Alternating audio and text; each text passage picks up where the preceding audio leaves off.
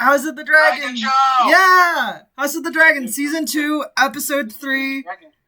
Guys, we have Tom from the Interesting Nerd Club. Say hi, Tom. This episode's really good. Yes! I agree. And people on the internet are fighting about it, and I think it's really good.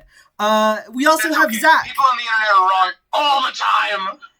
Hello, I'm here. I mostly enjoyed this episode. Yeah. Some constructive criticism. Yeah, and Zach was here last week, and Zach's here again. Zach is also from the Interesting Nerd Club. You guys should check them out. So, yeah. Zach, Tom, we have a very difficult task, tonight. As you can see on my screen, I have like 11 or 12 tabs, and these tabs correlate to images that we're going to talk about that have to do with this episode. So let's try to be quick and concise. Knowing you two losers, knowing you two nerds. That's too harsh of a word. The Interesting Loser Club. The Interesting Loser Club. Knowing you two loser No, nerds. Stephen King has that copyrighted. You sure it wasn't, Beck? My point is, we need to be quick and concise. But knowing you two, this is not possible. Anyways, yeah, we're gonna be pulling up images and just talking about them. So, guys, what did you think of that episode, just in general? Any standout performances or standout themes you want to talk about? I have something on the screen right now, but go, Riff. I do want to say this is probably the most beautifully shot episode so far. Right? I adore how this episode looks. In this opening scene here, I said in the stream we just did that my only complaint is I wish we held on it longer. I wish we did like some hands across. I wish we could see some people like still in the process of dying, because this is a beautiful shot. And if they had more time to hold on it, I wish they did. But this is just me saying I want more of a good thing, which is a very good criticism to have. This shows you exactly what the rest of this war is going to look like. Yeah. And it does it with dialogue. And that's why you make shows. That is why you do television. To show and not tell. Yeah. And boy, did they deliver on that. Yeah, I agree. Like, the shot of the sword buried in that guy's neck, like, that close-up was real haunting, and then we pan out to the rest of the battle. And by the way, this episode, guys, it's called The Burning Mill, and we see this battle for like, well, not even this battle, but we see the events surrounding it for like 5 minutes in this episode. And I feel like that this was a very smart decision, because it's almost like an essay, right? This essentially is like the thesis for the entire episode. The Burning Mill. I'm thinking of the one Billy Joel song. The world. Ooh, I haven't listened to it in such a long time. But you know, the world's been burning ever since it's been turning. You know. We did start the fire. Yeah. It's one of my karaoke songs. Exactly. They're way better than Billy Joel songs, but that's the one I sing. I probably should sing Vienna, but I don't. Yeah, no, I agree wholeheartedly. The point of this scene shows that, and it reinforces the ending scene. It is now too late. The war is about more than just who will be the next Targaryen ruler. So many other things are entrenched in what this conflict stands for, that there is no... We're past the point of talking it out. Yeah. There will be no blood for this. And can I poke in very briefly? Yeah, definitely. And expand on that just a little bit. Yes. Of course. I love that as a position. I think that like a subtitle for this episode could be "It's Too Late." There, a lot of the themes of this season and this whole show are regret, wishing you had done things differently, things like this. This is the episode where everyone realizes that the things that have happened are their fault, and that they are now irreversible, and that and there's a certain amount of like true horror that comes from the realization that they've been irreversible for a long time. Yeah. It reminds me, it's that like panic that sets in when something like you've made a major mistake. You just don't want to have that be the case. The idea that this can be ended with assassinations or with scheming or with political force is a nice cope you can feed yourself. It reminds me, if you've ever seen or like the like story of the like Costa Concordia, the ship that like sank after the captain made a like dumbass maneuver. He spends much of the crucial time he could be doing things to stop people from dying, trying to like undo and cover up his mistake because he's convinced that the worst case scenario is just impossible. And like Rhaenyra and Alice and a lot of people just sort of assumed that the worst case scenario wasn't going to happen, so they didn't even put in the effort to like mitigate that outcome. And that's true in a lot of like things that spiral out of control in real life. Somebody thinks that it can't possibly get that bad, so they are not prepared for when it gets that bad. Yeah, all great points. Yeah, I personally loved this opening scene. I felt like it did a really good job at what it needed to do. Shall we move on to the next scene? I would love to. My last point on this initial bit is how much I love the acting, not just from the main characters, but from all the extras too. That the Brackens and the Blackwoods, all of them were enjoyable to watch, relatable, funny, and like real people who could really be in this situation and really screw things up.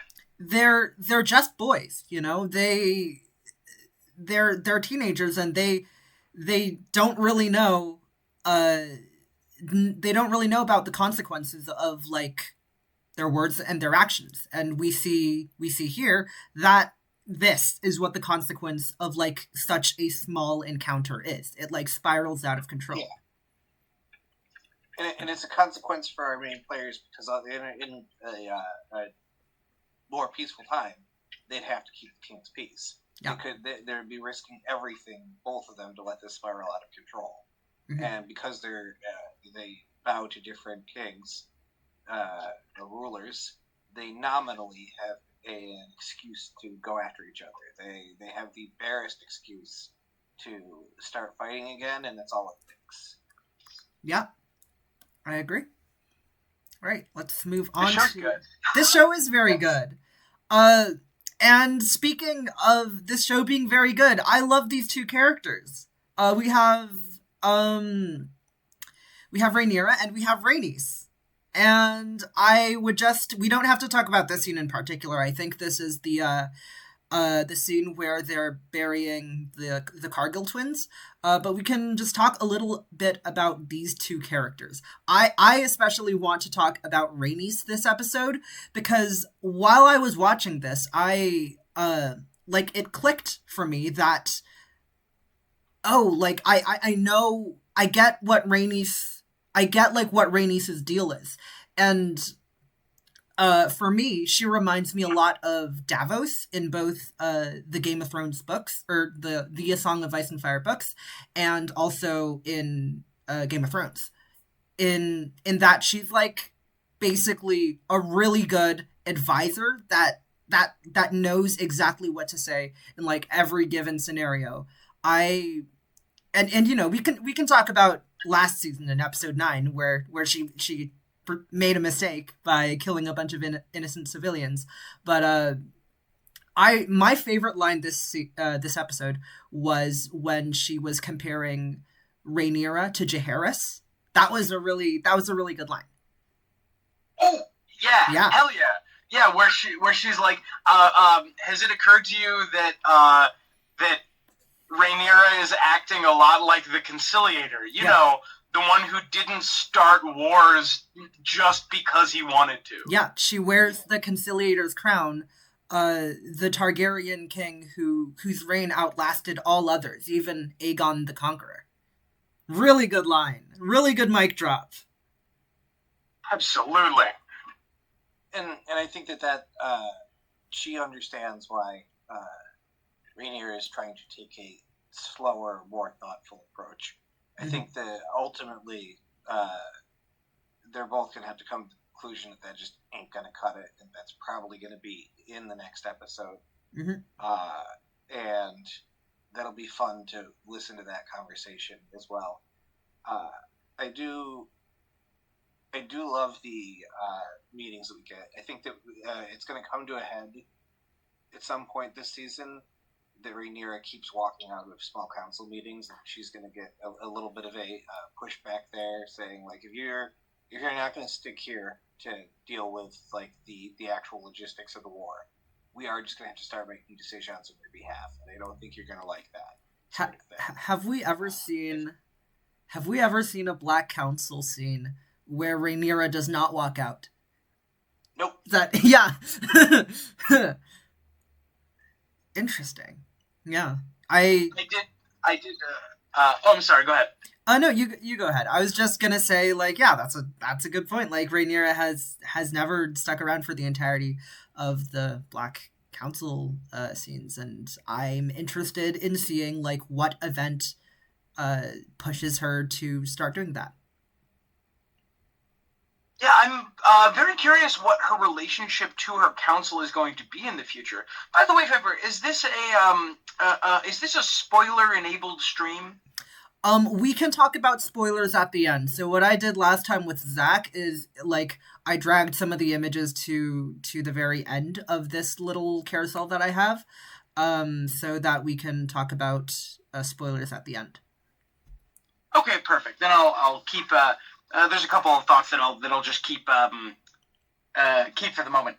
But I really liked, and I think it was either in this scene or the next one with Rhaenys in it. One of my favorite lines of this episode was Rhaenys saying to the effect of, "It won't be long before nobody even remembers why the war was started." Yeah, that goes back to the first scene with the Brackens and the Blackwoods. Like, people have forgotten, like, why are we even fighting at this point? Yeah. Yeah. And there's other political opportunities to pursue the second that warfare is a reprisals and recriminations that you can start to tally up, which is true in every war. Any war that breaks out, anything else bubbling under the surface is going to rise to the top. Yeah. And I think, like, Rhaenys as the wife to Corlys, she may not be the best person to talk about in regards to war and strategy, but I feel like at least she knows something. She knows something. She knows some things.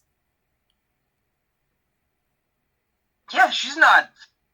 She's a skilled leader and a dragon rider. She is certainly like organized fleets before. She spent like 6 or 7 years as the acting Lord of the Tides. Yeah. That's a good point. And she. And this is something that we, like, as a fandom, haven't talked about very much. There must be some kind of, like, intense dragon rider training that happens. Oh, yeah. Because what I bring up was whether there's intense training or not, or whether it's just bonding with your dragon over time, she clearly has a strong link with her dragon, which is sort of like being, like, ace pilot. Yeah. Yeah, I meant a little bit more literally, because we see... Oh gosh, is it Rhaena who rides Moondancer? Baela who rides Moondancer. Baela. Yeah. we see Bela go on a flippin' strafing run, which is a skilled maneuver, and we see Jace and Luke navigate through storms. They absolutely must have gone through some training regimen, and presumably, Rhaenys went through the same. Yeah, maybe like Rhaenys even taught Bela how to do some of those maneuvers, which that's a good point. Yeah. What did you guys think of Rhaenyra this episode? Let's save the last scene for last, but do you guys think she's being indecisive? Because at this point, like, I feel like all of the Black Council scenes are very samey, in that her councilmen are saying, like, you should use dragons, you should use dragons, you should use dragons. And she's sort of hesitating. And go ahead. I think the main thing we're supposed to get with Rhaenyra for this season so far, and I have not been contradicted at this point yet, which makes me think I might be onto something, is agency. Like, she is ostensibly queen, but there are things that are out of her control because, for example, she married an uncontrollable husband who has his own ambitions and who has his own schemes, and she cannot stop him from just doing what he wants to do. And she also has a council who are going to staunchly disagree with her strategy, and she's also on an island in the middle of nowhere where she doesn't have a ton of ability to go places and do things. And she also has a giant target on her back. And all of a sudden, this person who's supposed to be the most powerful person in the realm has no agency. And then she thinks that she has the ability, well, if I just sit down and talk to this other person, all of a sudden I'll have the ability to do things again. And then she realizes there's another level of agency. There's a level of too little, too late. In another world, this would have been a possibility. In another world where a bunch of things hadn't already happened, you would have the freedom and the ability to do this. But that is not the world that you have found yourself in, and there are avenues that are closed to you that could have been opened in another life. And it hurts her even more. I'm powerful enough to be queen. People have declared for me. People are declaring me the rightful ruler. Why can't I do a goddamn thing that I actually want to do? Yeah. And I feel like that's the core conflict we're going to see. And I feel like that is going to lead to a very serious turn in development in her personality. Mm-hmm. I feel like this season is meant to break Rhaenyra. Yeah, I feel like we aren't going to get that this season. I'm speculating maybe next season. No spoilers. But yeah, I think that the addition of Mysaria is really powerful for Rhaenyra. Not only because Mysaria is someone who understands King's Landing and knows its ins and outs, but because Mysaria, in many ways, is someone that Rhaenyra can control. Because you think about the people around her, you think about Daemon, who defies her orders pretty regularly, and the people at her council who frequently, dismisses her, and especially Alfred Broom. Mysaria is someone who is common-born. No spoilers, but we don't like Alfred Broom here. Mysaria is common-born. She's not high-born, and she's someone who I feel like genuinely looks up to Rhaenyra, or rather, someone who doesn't look down on Rhaenyra as some of the people around her might. So yeah, I feel like Mysaria on the Black Council is going to be very valuable for Rhaenyra going forwards. I agree wholeheartedly. I think that it's the first real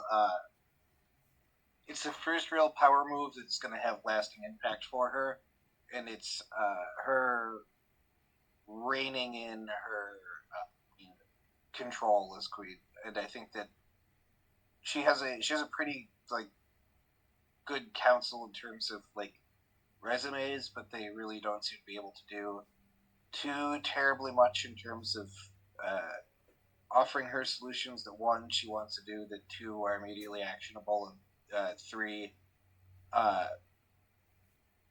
convincingly do anything other than maybe win the battle, question mark. Having a insanely talented master of whispers who understands what's going on in the other court of your opponent is the first real slam dunk that we've seen the Blackskin all season. Yeah, and Tom, do you have anything to add to say about Rhaenyra or Rhaenys this episode? No, I agree with most of these takes. Although I will say, I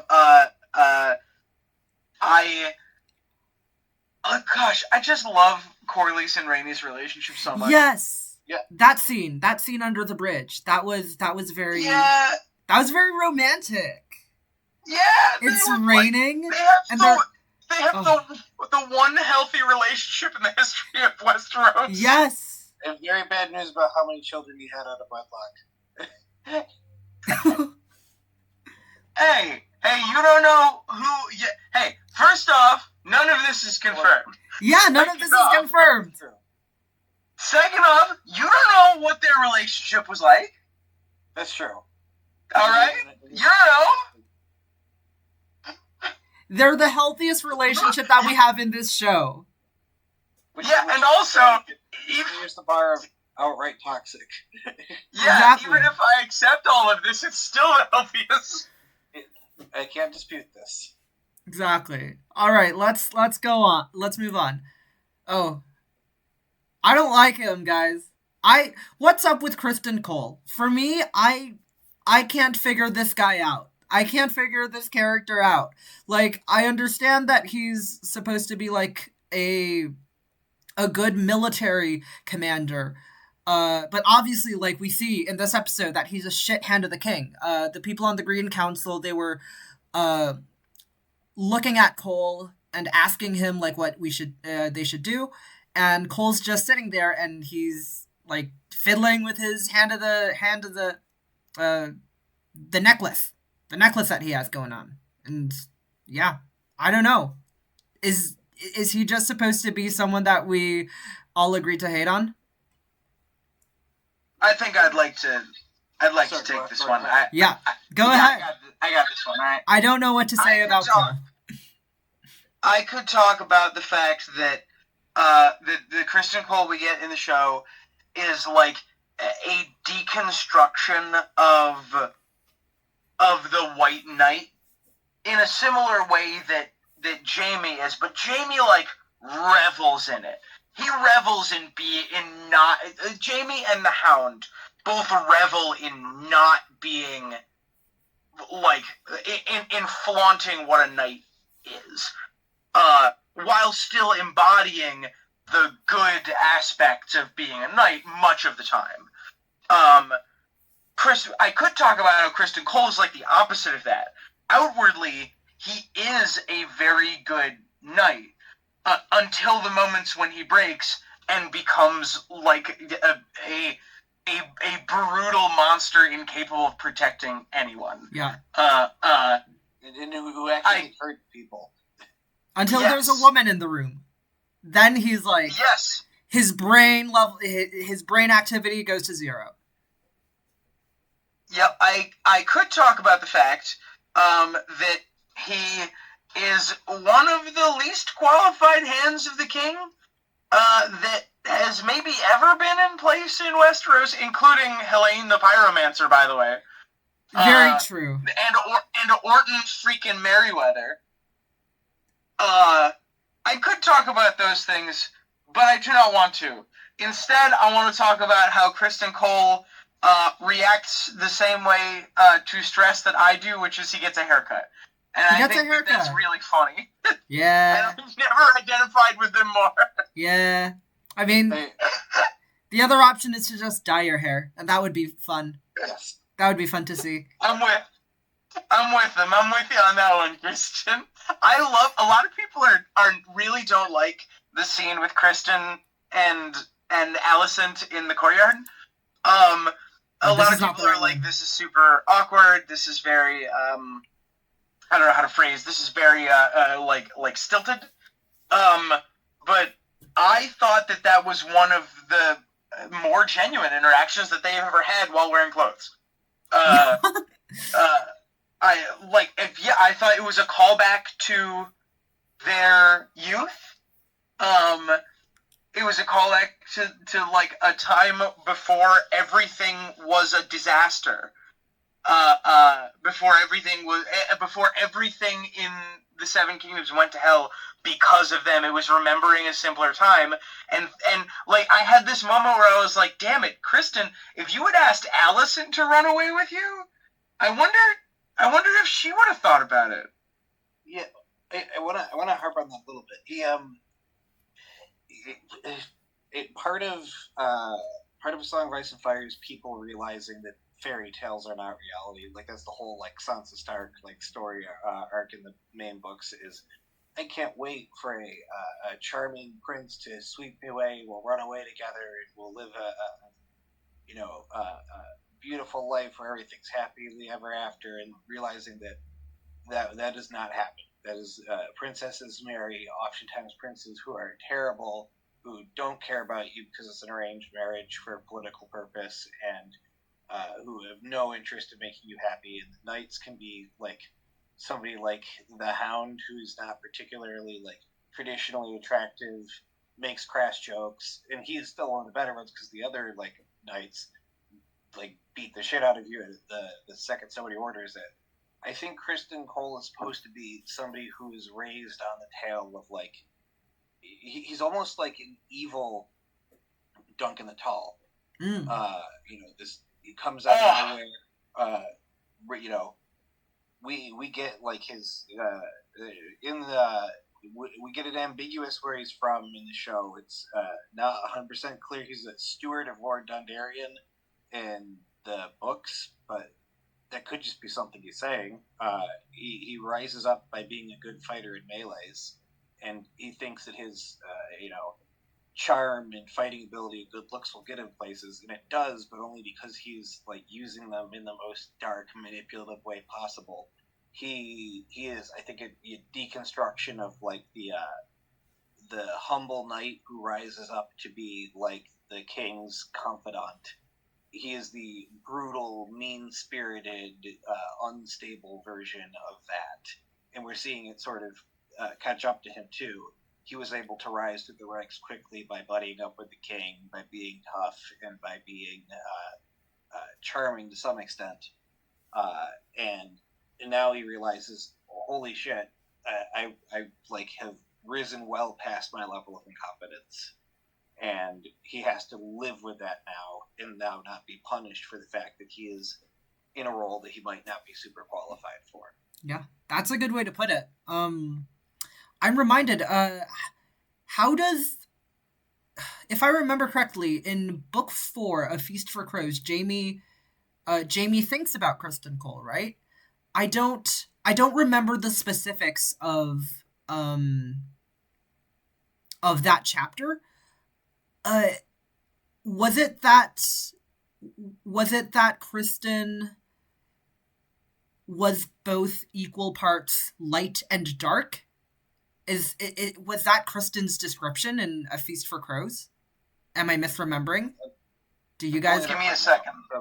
Yeah, okay. Dang it, Zach and I are racing. Yeah. Damn it, I got stuck up on Maester Coleman. Gosh.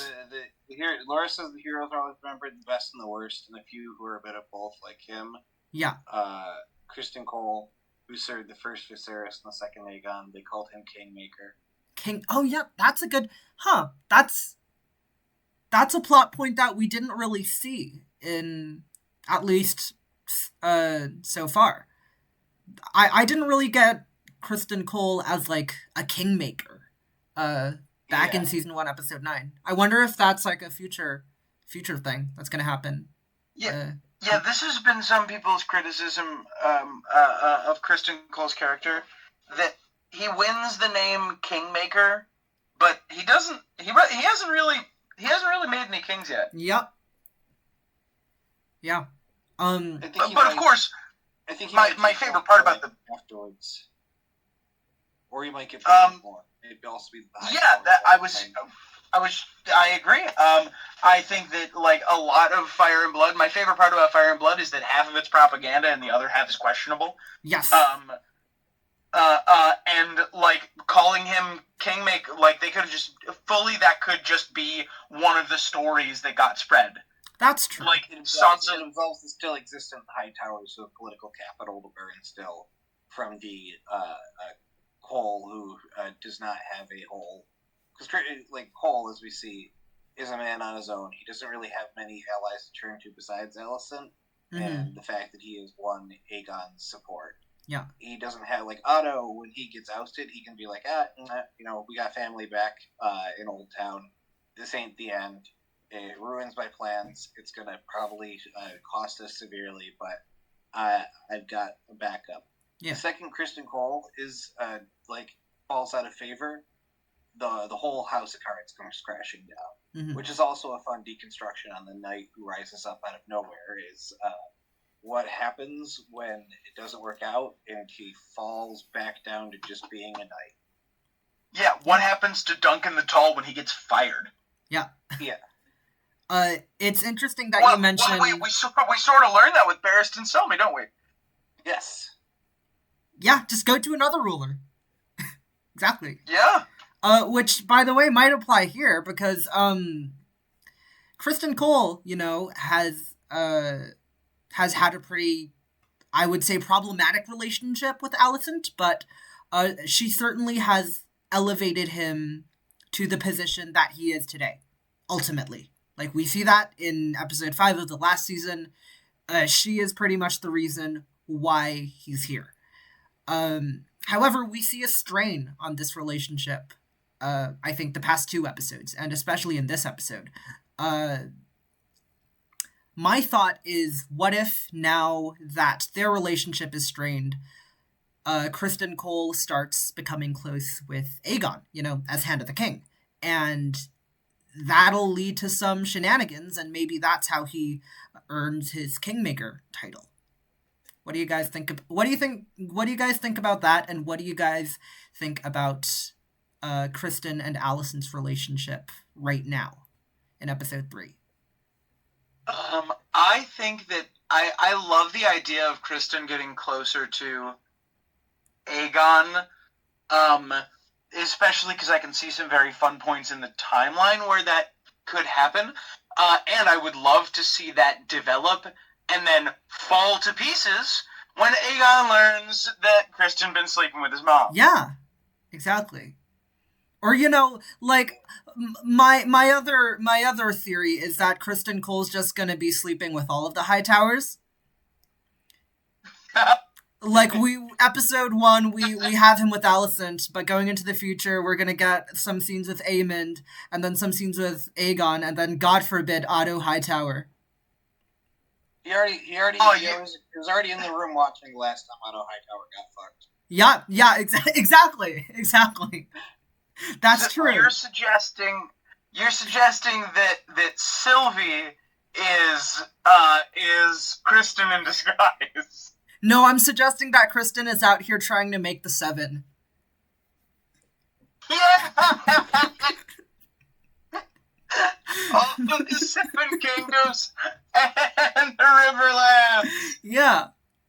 Oh. Holy shit! Hell yeah! Yeah.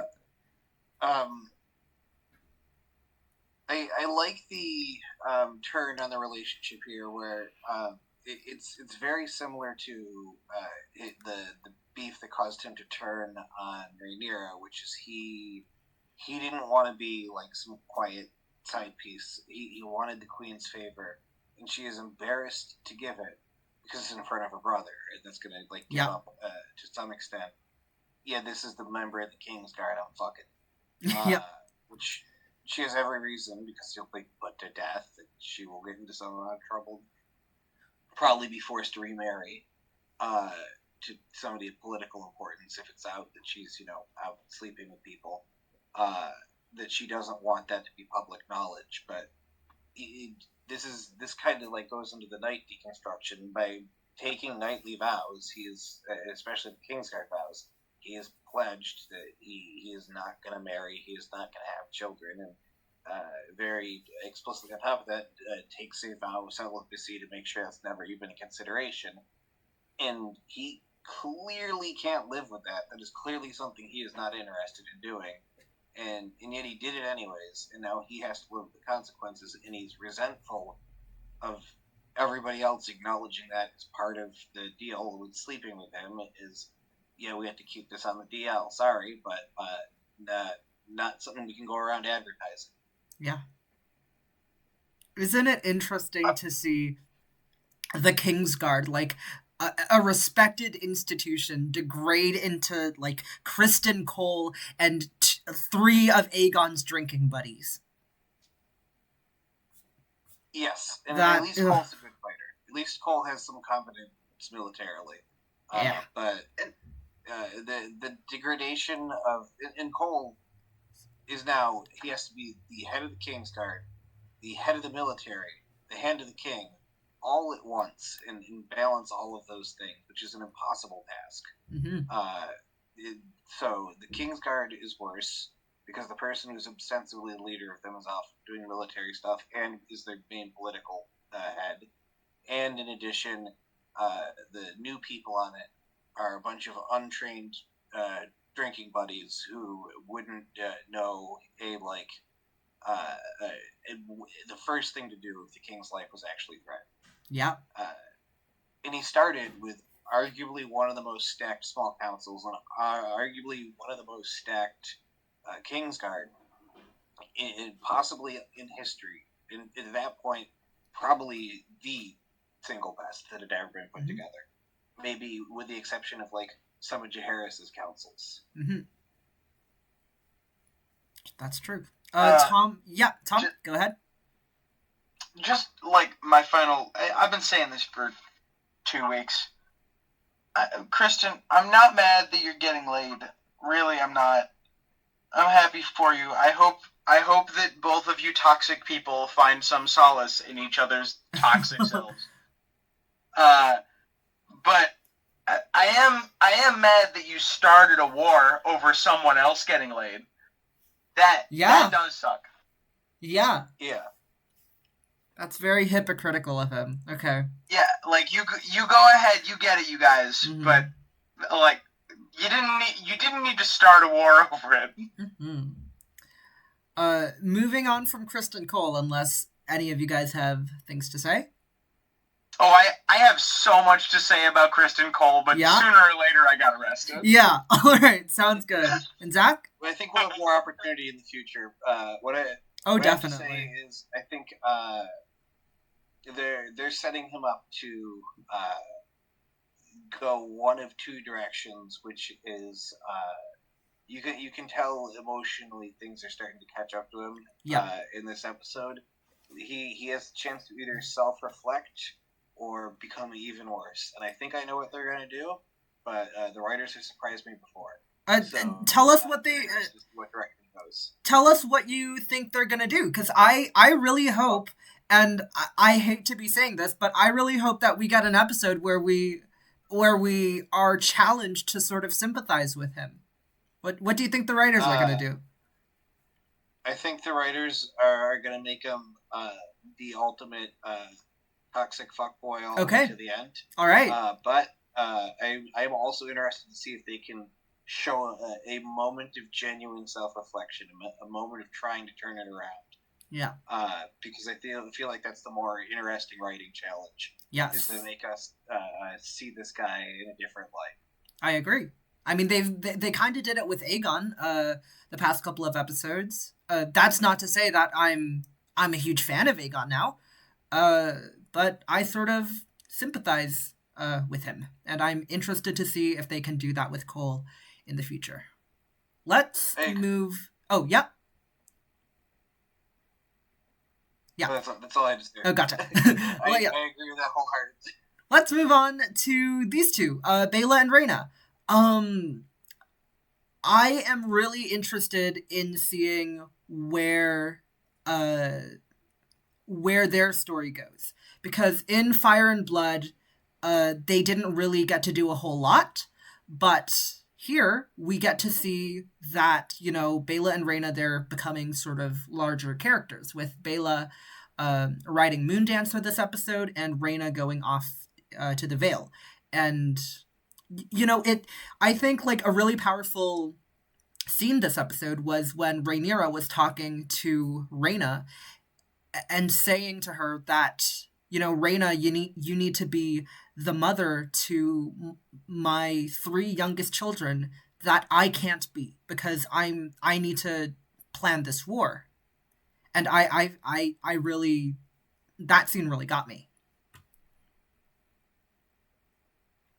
Yeah, I think that's honestly my favorite scene of the episode, because it's one of the smartest in terms of military planning. Okay, we have a ton of valuables that need to be protected in terms of people and in terms of like resources, and we need some people to be able to sit on the sidelines and make sure that we have communications with important people, that we have backup plans and contingencies.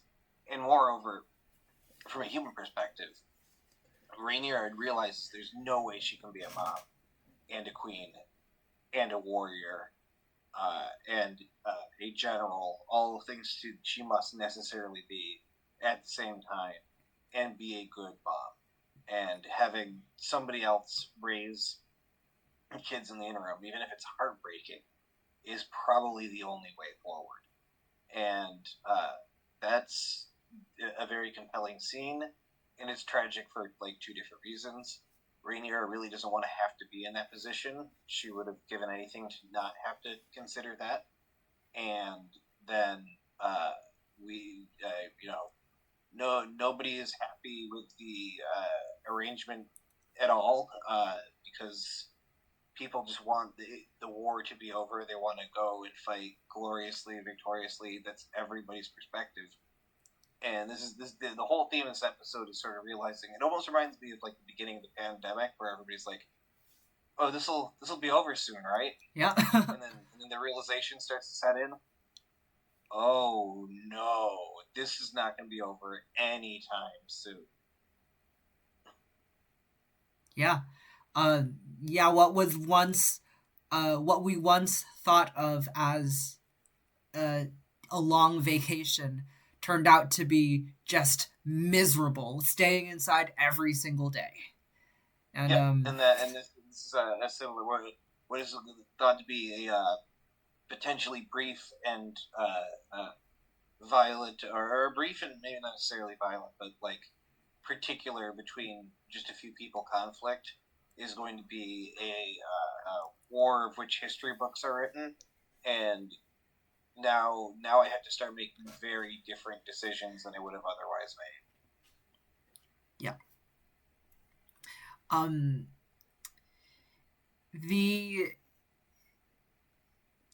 The entire Veil plot that I think they're setting up in episode 3 that Reyna's going to the Veil. We don't see a lot of that in the books.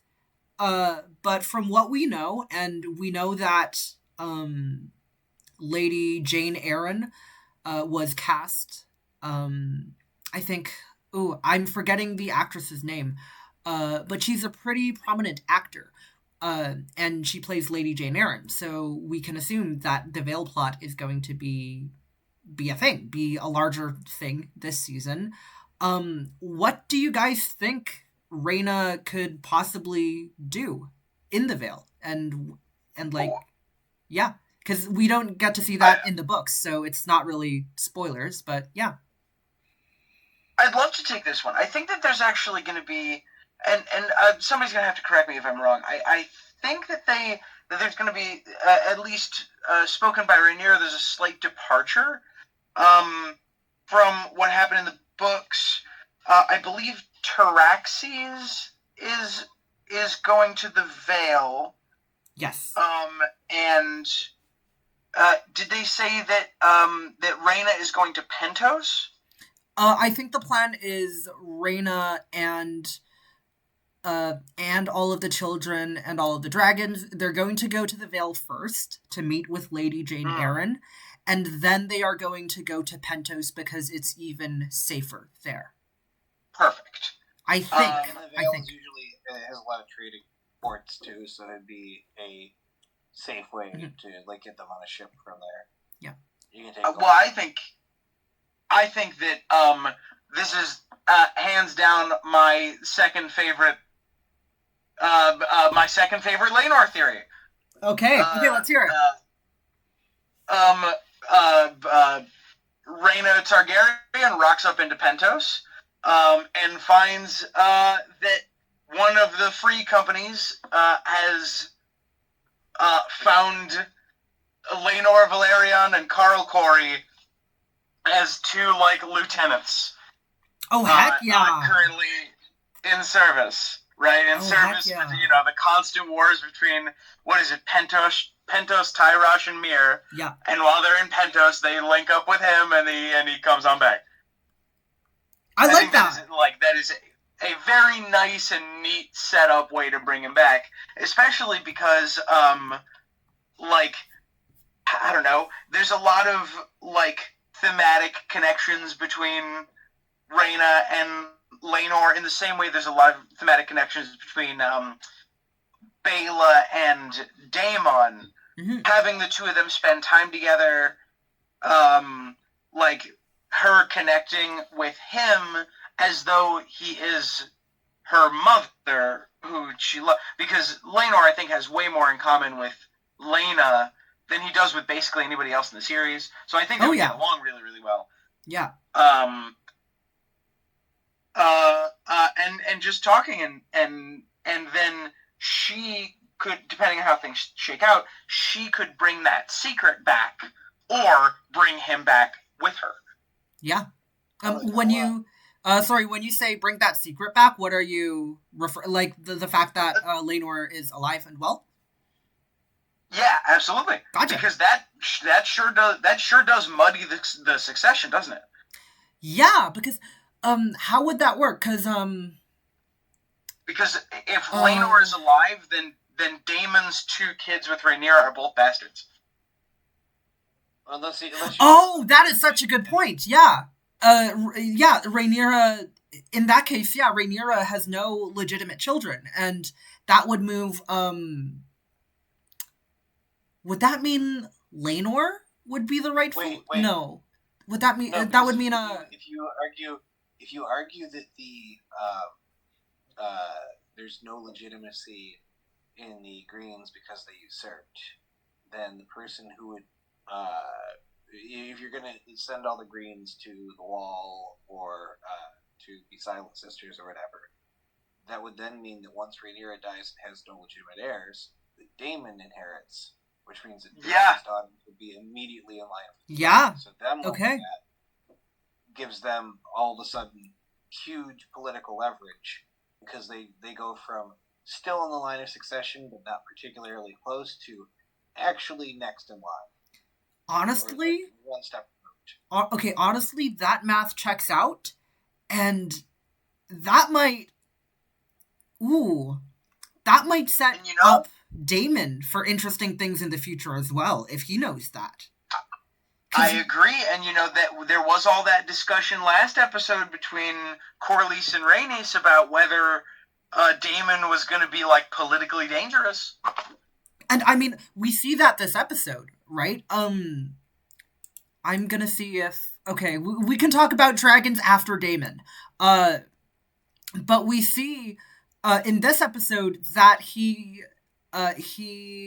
insists that Sir Simon Strong calls him Your Grace. And correct me if I'm wrong, but that's not usually customary for consorts, is it? Nope. I might. That's No. Yeah. My prince would be the correct. Yeah. Yeah. So I think. And then he says he's also going to take the throne. He's pretty clear about that. Yeah. He's not taking King's Landing. He's taking the throne. Yeah, he's not saying that we're taking King's Landing. Right out of Soul. Yeah.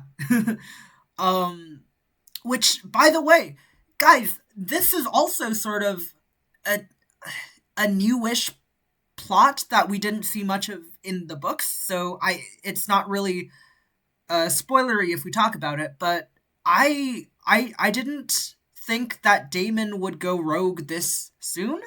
Like, where do you think the rest of his arc this season is going to be? I had a very different read of him in the book Fire and Blood. I actually thought that Daemon was largely loyal to Rhaenyra, that he had a sort of like domineering presence. He was opinionated, but I saw it as a reversal of Jaehaerys and Helaena, where Helaena had an independent streak, could get into fights and go off and do her own thing, but she truly wanted to help Jaehaerys lead the best kingdom possible. That was always my read, that it was a gender inverse of that dynamic. It was just strains of war that made it so that sort of relationship could have functioned in peacetime, just could not work in wartime. But the show's interpretation is very different. The show's interpretation is that Daemon has given up on Rhaenyra right out the gate. We haven't even got to the first serious battle involving the actual, like, our main armed forces, and he's already, like, has a plan to betray his own life. Yeah. Which... Ugh. Yeah, I genuinely don't know how that's going to pan out. We can talk more about Daemon in the spoiler section. Tom, do you have anything to add? No, I think that this is I think it got covered pretty well. Though, Zach, I really enjoyed the take of Daemon and Rhaenyra as, like, inverse Jaehaerys and Alicent in the book. I think that's a fun take. Yes, and I was kind of hoping that was the direction they were going to go. I'm not upset or particularly surprised that it was not that squeaky clean, but I did not expect it to be a outright betrayal. Granted, Yeah, it is really fun to watch. yes, because you know what? I'm gonna take the pro Daemon stance here, just exclusively for this video. Okay. All right. Yeah. Sure. Just for this one, Daemon Targaryen has crowned himself a king before. Yes. He came back. Gave up voluntarily, yeah. Yeah, like, I don't know. And I don't know if this is what he's gonna do, but, like, if I'm Rhaenyra and he's like, yeah, I told the dude I was the king because I thought it would be fun, and, you know, calling myself the king, you know, really gets me going in the morning.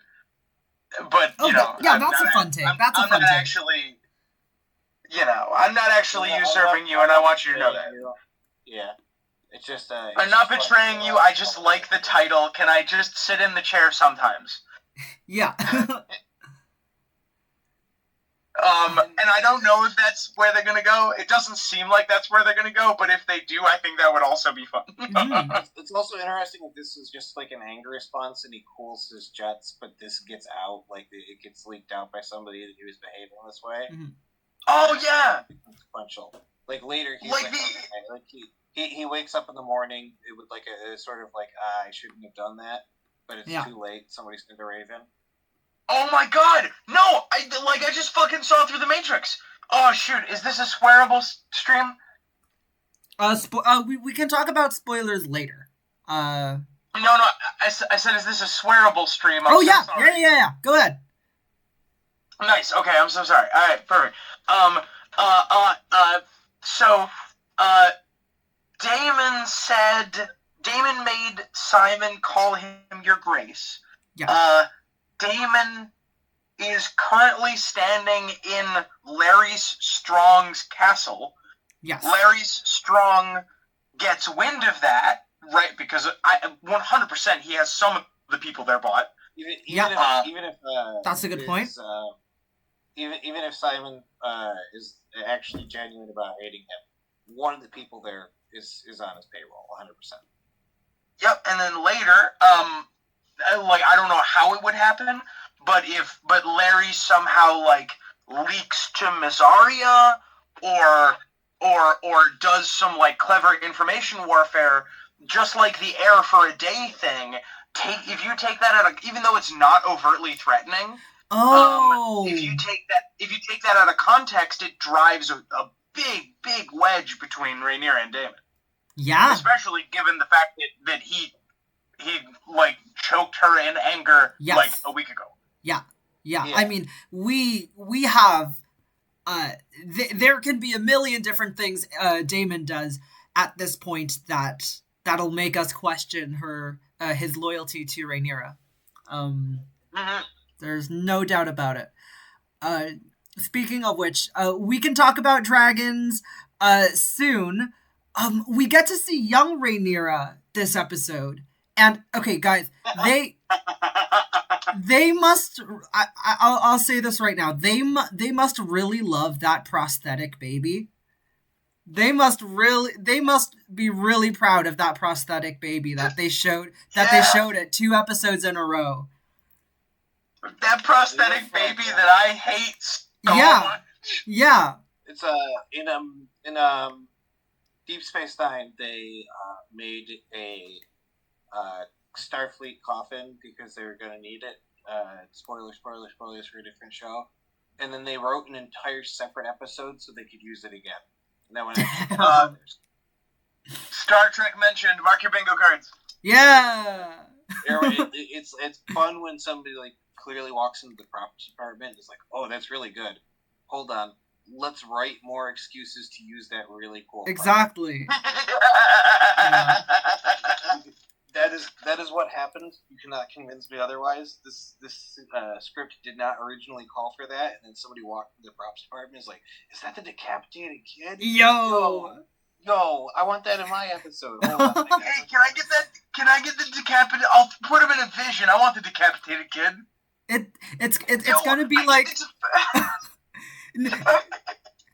It's gonna be like in episode 1 when people are spotting cheese throughout the episode. All throughout this entire season, people will be watching out for the decapitated baby just in the background somewhere. But I feel like the fact that young Rhaenyra is here in Daemon's vision is very deliberate in that Rhaenyra at this age, like as gross as it is, clearly means something to him. Like this was the Rhaenyra that he sort of fell in love with because she was controllable in this state, right? I agree. Also gross. Yes, very gross. This is all very gross stuff. Daemon and Rhaenyra's relationship. If you haven't figured out this show's gross yet, I don't know what show you've been watching. Millie Alcock is sewing on. From the generational incest monarchs. Yeah. Millie Alcock is sewing on a baby's head in this scene. This show is gross. In more ways than one.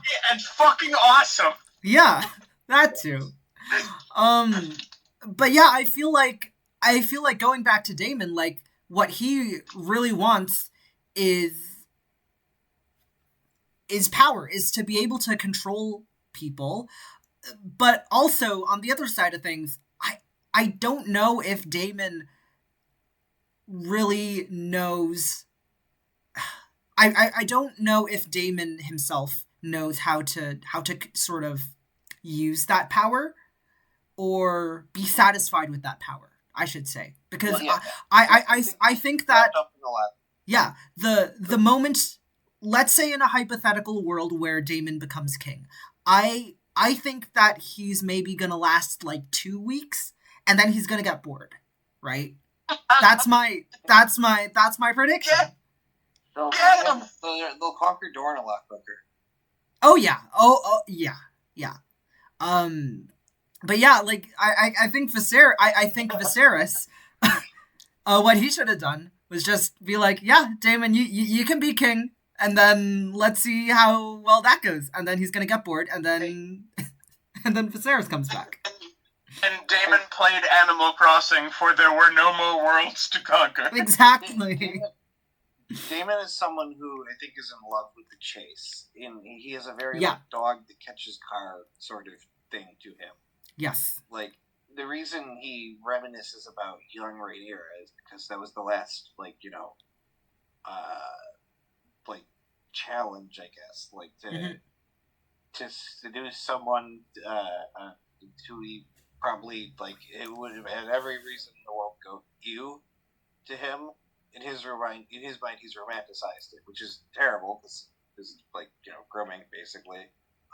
But he looks at that with some nostalgia. That was a time where he set out to a goal and was able to, like, achieve a great success. And now it's more political, and he can't just whim his way to things. And I'm sure he feels the same way about, like, beating the crab feeder and all that. Yeah. He could just say, I'm going to go fight this war, and I'm going to kill the guy, and I'm going to win. And he has that drive. He has that passion that he can do it. But then, you know, he has the crown. He's the king of the Stepstones, and he realizes he's king of a bunch of islands that are good for nothing but piracy, and he doesn't give a shit. Yeah, and I want to... He's in love with pursuing something. He has no interest in using it. And I think these are great points, and I'd like to bounce off of them. And note that the crab feeder is not in this scene. It's young Rhaenyra and Jaehaerys. These these are the things that he has, I don't know, pursued, desired, tried to get to, that he feels guilty about. Yeah. These are the irredeemably bad things that he has done. And I love seeing this part of Daemon because it really complicates his character. This scene like it implies a bone deep kind of guilt that implies very heavily that he knew while he was doing these things that they were terrible things to be doing and continued to do them anyway. Mm-hmm. Which makes him a very complicated piece of shit. Yes. Well, he's compelled, and the feeling he got of, like, success, or being able to, like, actualize, he has a fuck ton of agency, but he almost is not in control of himself in those moments. Like, he knew, and through the whole, like, romancing of Rhaenyra episode, you can tell, and he eventually, like, backs away, you can tell that he is not 100% comfortable with what he's doing himself. And what he's doing is absolutely very much in the wrong. But he knows that and is doing it anyways, but stops himself. And then similarly with Blood and Cheese, you can tell when he's there that, you know, he is angry, he has a lot going on, but he like is wearing his crime hoodie, he is keeping on the down low. He knows that what he's doing is dishonorable, has catastrophic potential consequences, is not a good thing to do. Yeah. Man. But it's complicated for him because he did it anyways, and in some extent, like, it's easy for him to say, I don't care, or I'm proud of it, it was cool, actually. To admit that it was complicated, and he has a mixed feeling about it, is something he's never had to vocalize, so it's coming out in this more nightmare-y form, the things that he doesn't want to think about. Yeah, in Harrenhal, the fucking creepy castle. Which, by the way, I'm so excited. I'm so excited to see what scary shit happens in Harrenhal in these later episodes. Because I feel like this was the first time in, like, the entirety of Game of Thrones that I felt, like, intimidated by Harrenhal, right? Like, this castle, and it's, like, raining, and it's, like, leaking through the roof, and it's dark, and, like, nobody's there, and it's ruined. And then all of a sudden, like, you get these dreams and stuff, and you open your eyes, and you're in front of a weirwood. Yeah, and Alice Rivers is just fucking chilling there. Yup. Just staring at you. Yup. Oh, proclaiming man. cryptic nonsense. Oh. Oh, God, I love this show. I love It's Game really of good. Thrones. Oh my God, what is this fucking Maggie the Frog bullshit? Let's go. Man. Oh my God, holy shit. And just to bring it back around, just to get us back, like, you know, on the lighthearted rails, Millie Alcock looks exactly like she's trying not to sneeze. In this image. This is that is not like a sneeze face. This is me responding, no, I don't have a favorite Taylor Swift album. This is the look you get back. Great stuff, guys. This is Go ahead. This is your really, really high friend asks you if you want anything from Burger King 3 times in a row. No, don't. You can't say that. She's holding a baby, and it. Oh no, don't. This is the look you get when you forget you're the designated driver and you take a big swig of a bottle of vodka. Yep. And Not somebody else is like, "You good to drive?" And you're like, "Oh fuck." Yep. Uh-oh. This is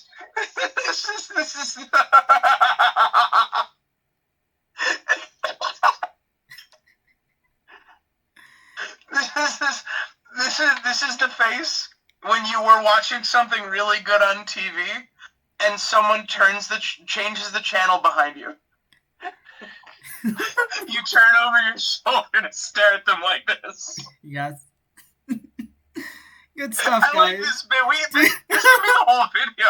This can be the whole video, yeah. We don't even need to talk about dragons. Who cares about dragons? This is the look you get when you accidentally yank the headphones out of your audio jack and the person in the room can hear the moaning. No!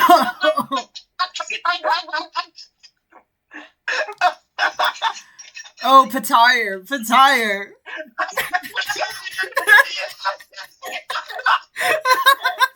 Yeah! Oh my God, get us out of here! Let's talk about dragons! Yeah! That was such a good dragon scene! I can't unsee David Bowie. Yeah! Which, by the way, guys at home, if you don't know, Ryan Condal in an interview said that one of the inspirations for Moondancer was David Bowie, and now I cannot unsee it. Like, this Ziggy Stardust looking ass dragon chasing Criston Cole and Gwaine Hightower was so fun to watch. Oh man, yes, fucking. This is a very. I don't know. This is like a this speaks to my point. This was a practiced military maneuver by Bela here. Like, this was a skilled maneuver from a relatively young dragon rider. Yeah. This is like a full strafing ride. It was awesome. I cannot imagine, like, ooh, this is like the scariest ride at Disneyland. I would not be able to do this. Props to her. I recommend the Avatar ride where you get to ride on their little weird dragon things. Cool stuff, man. Oh, again. Anyways, sorry. No, don't worry. I want to talk a little bit about Sunfire, actually, now that we're talking about dragons, because it's 3 episodes in and we still haven't seen Sunfire, Aegon's dragon.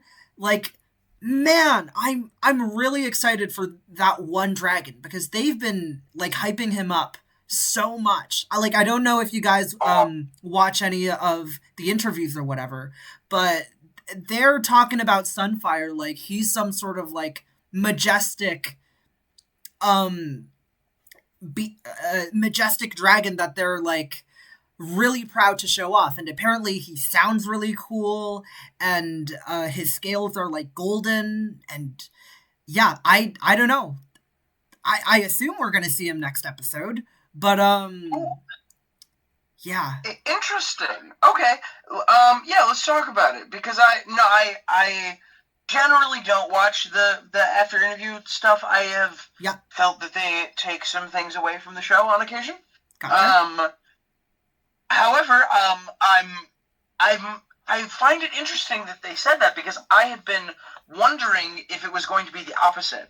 Because in the book, Sunfire is described as the most beautiful dragon in existence. And I had been wondering if that was also just propaganda.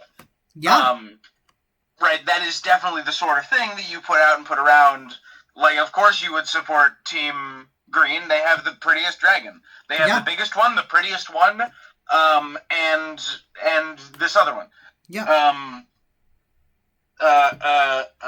And I think that I find that very interesting. I would find it interesting if Sunfire was just a normal-looking dragon, or if Sunfire is like a gilded, golden statue of a dragon. Yes. Like, oh yeah. That have to do for Sunfire, right? You have Aegon in this glorious armor. You have his like whole pompous attitude. Yeah. If the first time we see him roll out into battle or fly out on its dragon, he is the sparking image of like a glorious king, and someone who's named for the conqueror. It's going to be an incredible sight, and it's going to contrast with the behavior we know he is capable of, the kind of person we know he is. Yes. That he can be so fundamentally rotten of a person and look like so good of a king. Yeah. Man, these dragons are really good. These dragons are really good, guys. Oh.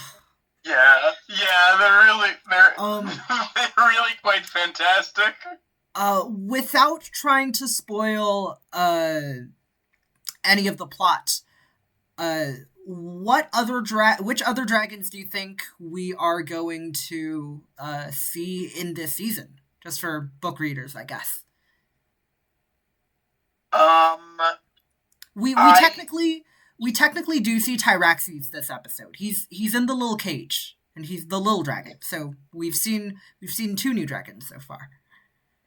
I think we will definitely see. It's revealed. I don't remember the name of Daeron's dragon. Tessarion. Yeah, Tessarion. Yeah. I think we'll see him for sure. All right. We have seen Dreamfire. We have seen Dreamfire, correct. I am very excited to see what happens with Dreamfire in the show and how that conflicts with things from the book. I think that's going to be some very interesting changes. Mm-hmm.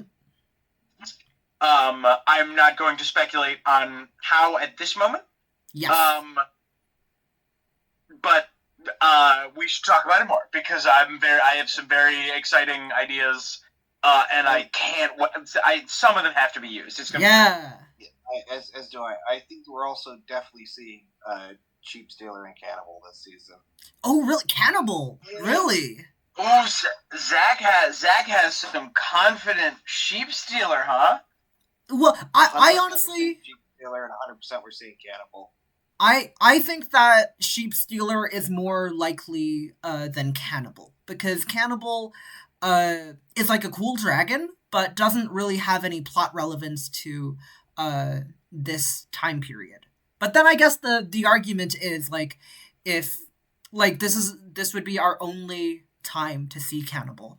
But yeah. Well, no, we'll see Cannibal in book. You'll see Cannibal in book 6. Cannibal lives on Skagos. Oh. Yes. Oh! I thought Cannibal lived under Winterfell. Okay. Okay. Good one too. Yeah.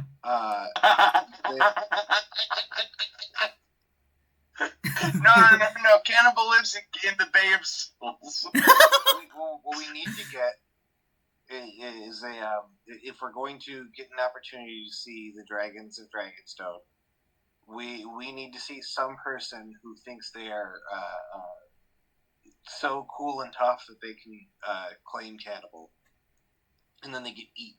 They just get eaten alive by cannibal. Yeah. It'll be some unnamed schmuck we never heard of and is not mentioned in the books. Mushroom will show up and then be like, "Oh man, I'm gonna ride the really big one. Then I'll be the best dragon rider." Zach. And then he gets gobbled. Zach, it's gonna be Mushroom. It's gonna be Mushroom. Oh, we're finally getting Mushroom. Yeah, it's gonna be Mushroom, guys. Testimony of Mushroom written from inside Cannibal. Exactly. Like the ending of Shrek where he's still alive inside the dragon. Yeah. Oh, good stuff. What are the names of Vermithor and Silverwing. No. Okay. Oh, I predicted what you were gonna say incorrectly. Morgul and Shrikos. Yeah, they are Jaehaerys and Jaehaera's dragons. Yeah. Little bitty baby ones. Little baby ones. They will be around. Okay. Eventually, I think. Gotcha. They will be around during certain events. How's that? They will certainly be around during certain events. As will Stormcloud. Stormcloud. Yeah, absolutely. Yeah. Vermithor and Silverwing, without spoiling things, I think that they have a role to play. Yeah. And my boy Sea Smoke. Sea Smoke. Absolutely. Oh my god. That was such like a heartbreaking moment, just seeing Sea Smoke distressed and like flying across Dragonstone. That was I feel bad for Sea Smoke. Me too, but I don't feel bad. I don't feel that bad for him because he and Laenor have an understanding. They've elected to see other people. This is true. This is true. Okay. Man, I love the dragons in this show. I'm so excited to see new dragons. Do you guys have anything more to say about the dragons in this show? No, I just, Moondancer gives me such... it fills me with such, design fervor. Yeah! Moondancer is fun and weird looking, and I was worried that Caraxes was going to be the only weird looking dragon. Yeah! No, she's so, she's very subtle with, her quirks, because as you can see, she has a little mohawk here. That's so cool.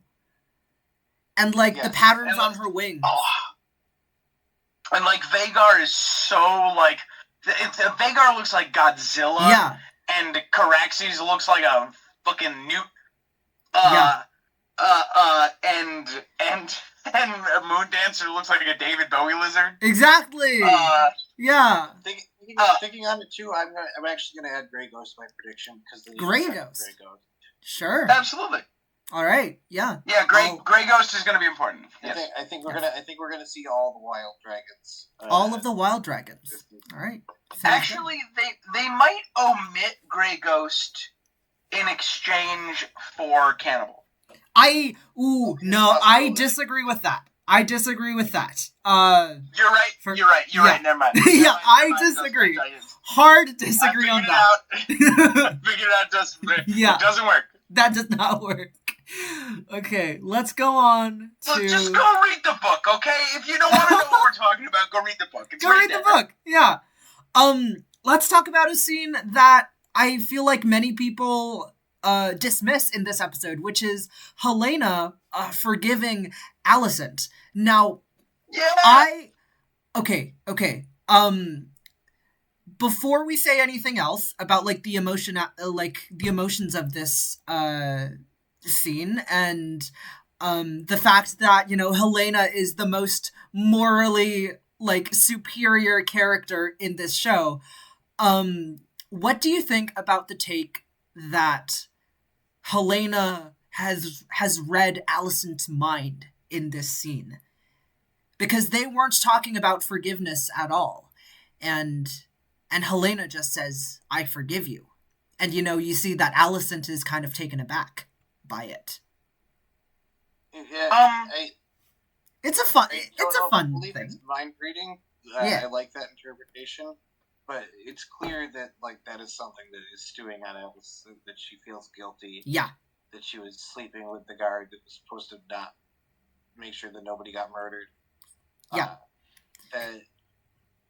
Because that's just a take. That weighing on her mind does not require mind reading powers. Yeah. To know, but it shows a level of intelligence on her part. But it also, I feel like having it come out of nowhere without asking for it actually probably makes Alicent feel more guilty. Mm-hmm. Because she was trying to not think about her responsibility, even though it's impossible to not think about that, to not have, like, survivor's guilt, especially when something you did contribute. So I think she's just sort of taken aback and doesn't know how to process that. Mm-hmm. As for mind reading, maybe it was. I don't know if she reads minds or if she just understands the future. Yeah. That's a very good take. I heard about the mind reading thing on the wonderful internet and just wanted to ask what you guys thought of it. But yeah, like, this shows that Helaena is, like, very emotionally present, right? Like, this shows that she, and I think that some people might have mistakenly assumed that Helaena doesn't really understand, like, emotions and how people sort of work. But this shows that, like, she's really intelligent. She's really intelligent, and she's also extremely empathetic. In that she was able to, forgive Alicent, and I don't even think that Alicent realized that she needed forgiveness at that moment. I love Helaena. Yes. She's the best character in the show, and the internet continues to, like, shit all over her. They are giving her such hell, saying that she is, like, a bad mom and a bad kid. Yeah. And that she did not react adequately to the death of her child. And anyone who has a problem with Helaena has a problem with me. All right, no, she's unassailable, and I will fight everyone in the world.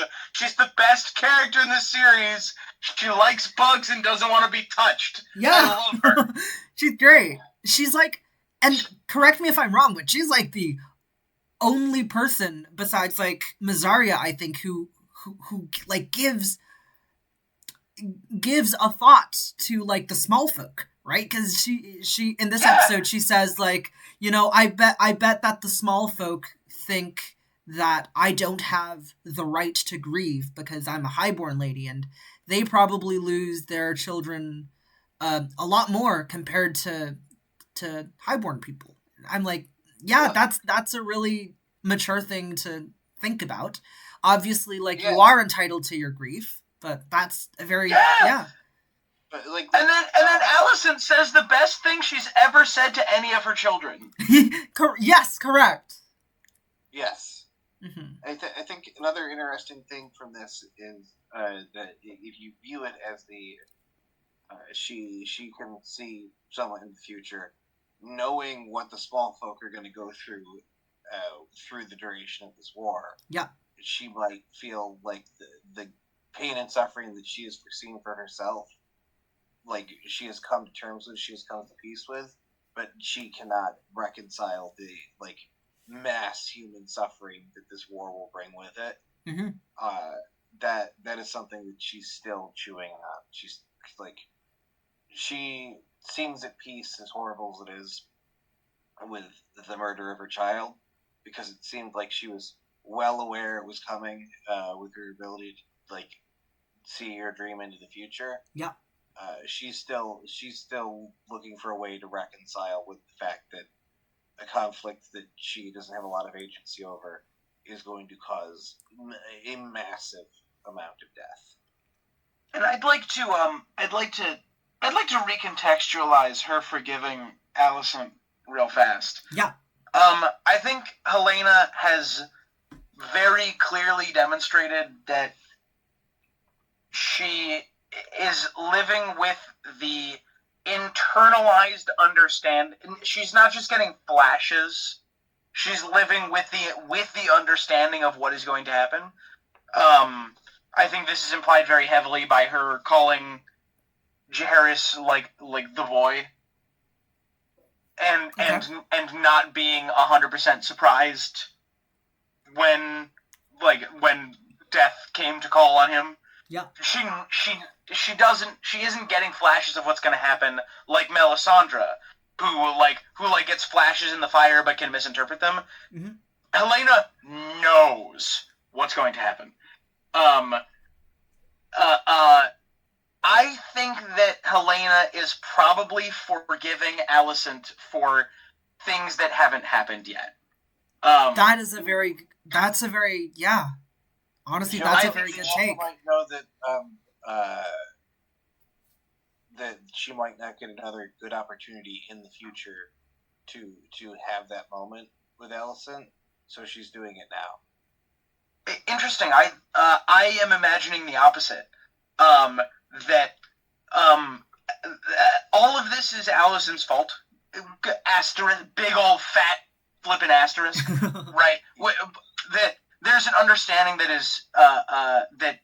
is gained of that in the last scene of this episode, where Rhaenyra and Alicent both understand that the things that are happening are in part because of them, and it is no longer avoidable. Yeah. Alicent did not internalize that at that time. I think that in the future there will be a scene where she does internalize that, and she cracks wide open, and she breaks down and sobs to Helaena, and apologizes, and we, the audience, and Alicent come to the understanding in that scene that she has already been forgiven. I'm thinking of some specific things that happen later. Yeah.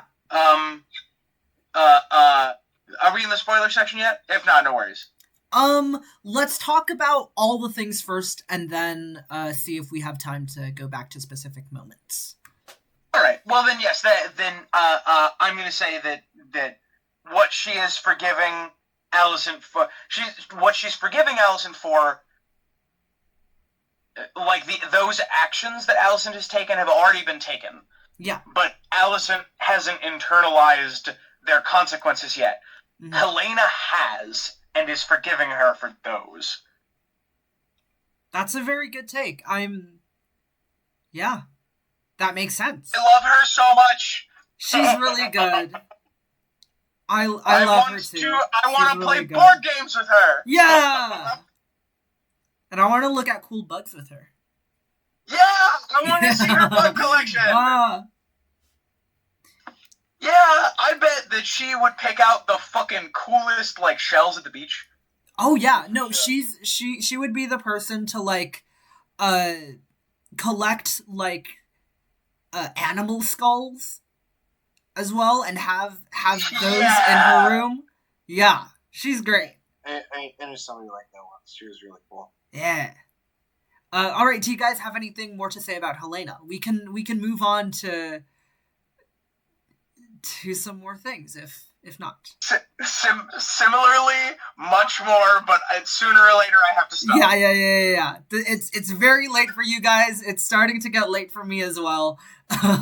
So yeah, let's move on to this scene, which I found real interesting because it kind of we kind of sympathize with Aemond in this scene. Because, poor man's just getting bullied when he wants comfort. Right? I swear, every time I solicit a prostitute, somebody comes and bullies me. It's really no fun. Sorry about that, Zach. That was the greatest setup and payoff we may have ever done. I got you. No. I got you. Oh. You were on top of your shit. That was great.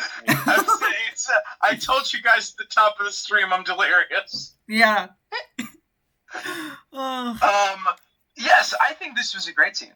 I like to see any character in this show getting. I'm gonna use this phrase and it has asterisks around it. To see anyone getting real emotional satisfaction and comfort is really rare. And, like, there are some asterisks around that because there's a power imbalance and a pay imbalance, right? Mhm. But, like, it does seem to be bringing something really good to Aemond. Yeah. And Aegon just comes in and is being just like racking up the things that I hate about him. Yeah. Him and his frat bros. He's bullying him for seeking comfort, and that's never a good thing to do. And the funny thing is that Aegon himself is seeking comfort in a different way. Yeah. There's two different. I think both of what they're doing is kind of like ultimately at the end of the day not healthy, kind of toxic, but it's in a very different way. I don't think that Aemond is necessarily hurting anybody, but he's setting up this is why you don't sleep with your therapist, and there's a very good code to not do that. Yeah. Because he's mixing up some things that are going to cause him problems, and he has to pay for the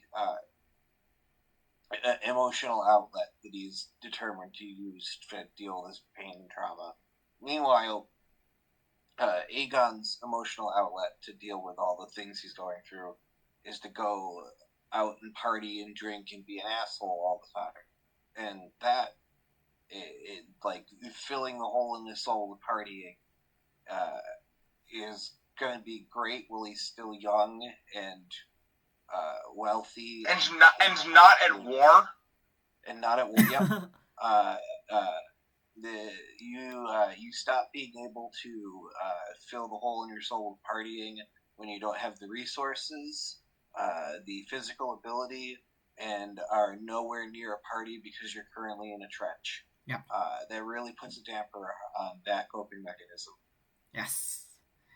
I would like to say that reminds me, I gotta call my therapist. No. I gotta tell him I gotta break it off. I didn't know that. I find it really interesting that was it episode 2? Was it last episode or was it episode 1? I forget. But the last time we saw Aemond with this, I forget her name. It's either like is Sylvie? Was it Sylvie or something similar to that? I think know. It's Sylvie, yeah. Yeah, so the last time he was with Sylvie, it was a really provocative scene because, first of all, it was like shot just really beautifully. I don't know if you guys remember, but that shot of him like in fetal position and Sylvie's just like cradling him and there are like candles in the background, like that looked like it would be something like straight out of Fire and Blood. It isn't, but I find it interesting in their last interaction that Aemond is sort of like seeking comfort from an older woman, and like I think someone walks in and starts like pouring milk, if I'm not mistaken. I read that as like this is sort of like a motherly relationship that Aemond has with Sylvie. And, you know, both in this episode and the last time we saw them, Aemond doesn't really want to, like, have sex. Aemond just wants to, like, cuddle and sort of be held. And I find that, you know, because of that, like, Aemond's desire is revealed in that he just wants someone to love him. basically like all of the green Targaryen children, honestly. And I think. I apologize. Please go ahead. No, you go ahead. I think this is absolutely right. I think that it's a lot of the, especially with Aemon and Aegon, a lot of the issues stem from not great parenting. Yes. Like I'm reminded of Joffrey and of Tommen. It's very easy to be reminded of those two when looking at these. Yeah. Oh yeah. Joffrey, who was shunned by both of his parents, and so resorted to doing like brutally unhealthy, monstrous things to like get their attention. Mm-hmm. And Tommen, who got so little parental affection that he became like the best of best friends with Marjorie Tyrell. Cersei would disagree, but that's all her fault. Yeah. And like, can I levy as much blame on Alicent as I can on Cersei? No, certainly not. But like, you know, there are choices you could have made that would have been different. Yeah. That would have led these children to not be the worst kinds of little shits. And like, to Alicent's credit, like, she had to give birth when she was 14. Like, she was not prepared to be a mother. Very good point. Yeah. Mm-hmm.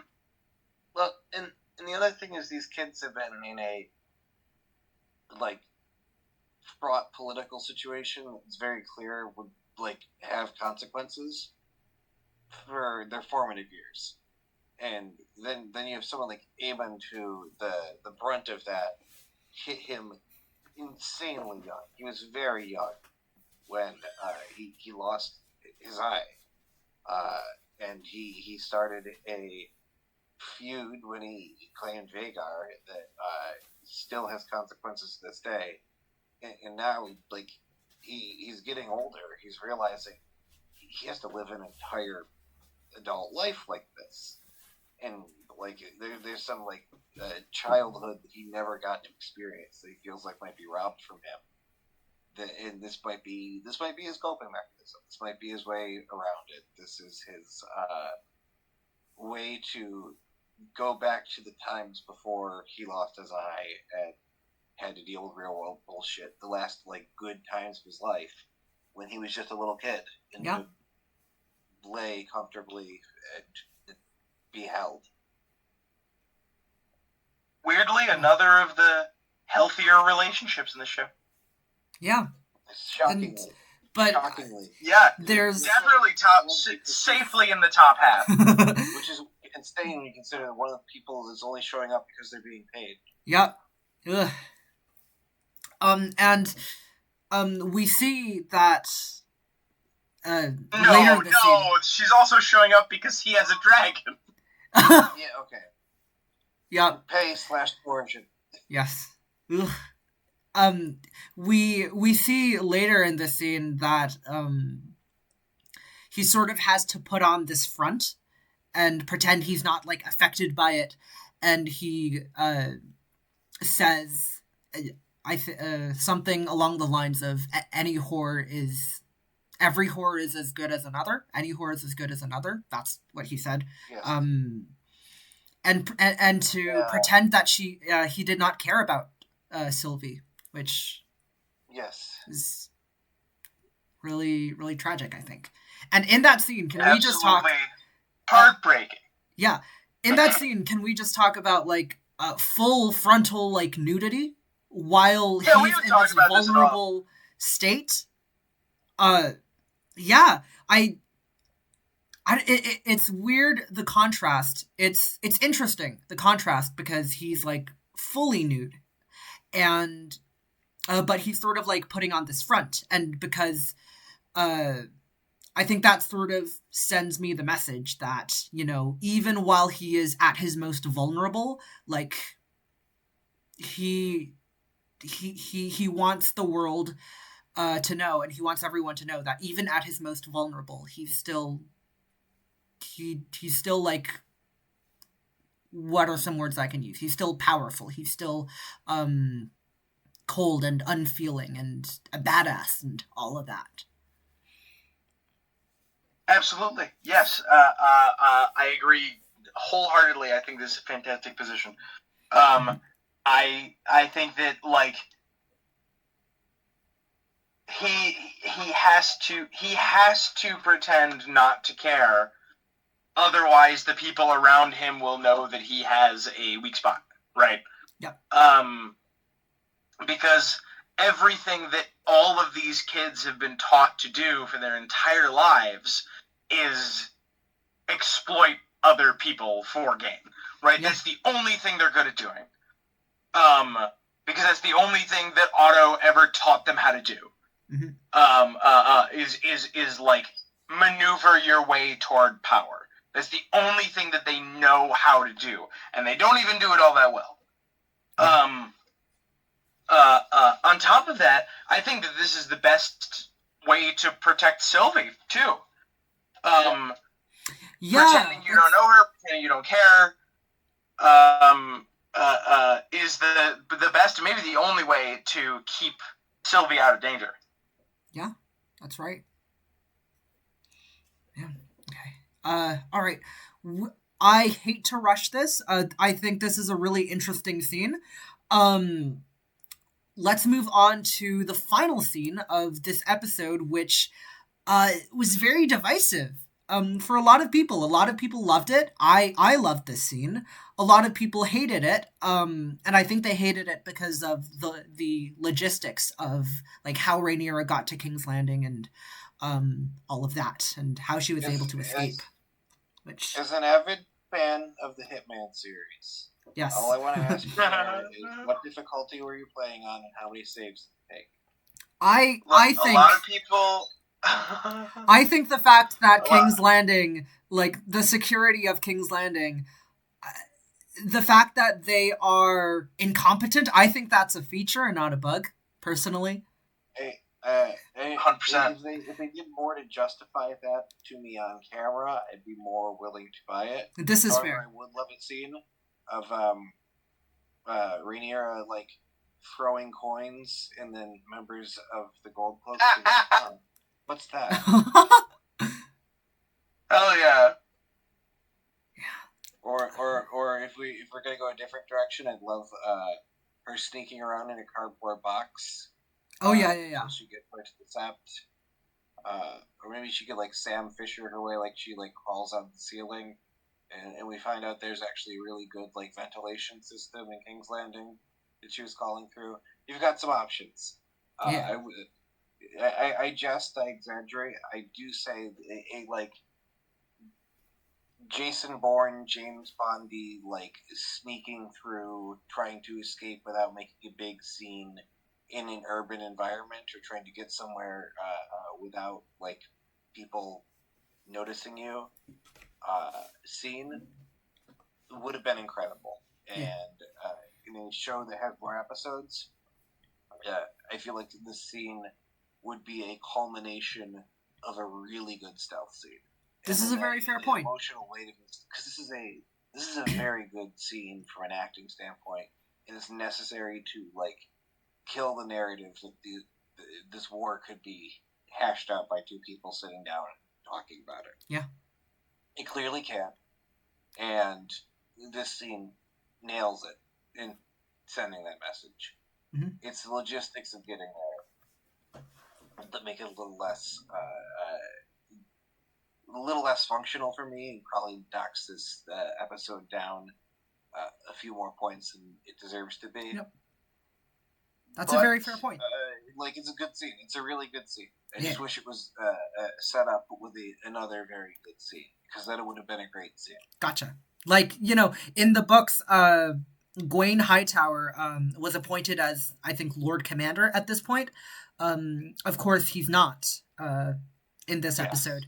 But like if in this episode, Gwaine Hightower was promoted to the Lord Commander, and we see a scene where he's like off with all of the gold cloaks in a tavern or whatever, and they're all drunk, and then that sets up Rhaenyra to sneak into the sept. I don't know. I'm just spitballing, but yeah, the logistics of how we got to this place, a very valid critique. This scene sort of reminds me of I'm forgetting. It was in one of Shakespeare's plays. I'm forgetting which one. I'm blanking here. Oh my gosh, guys! Oh no, I don't have the Shakespeare knowledge to help you. I'm sorry. I had a brain fart. No, it reminds me a lot of. Was it Macbeth. Yes. Where Macbeth is told about the prophecies from the witches, and that he sort of doesn't believe it at first, but it eats away at him and his psyche as the play goes on. I feel like a very similar thing is going to happen to Alicent. Now that Rhaenyra has told her about this thing, the prince that was promised, and the Song of Ice and Fire, and that is going to eat away at Alicent's like assuredness of Viserys's wishes for the rest of the season.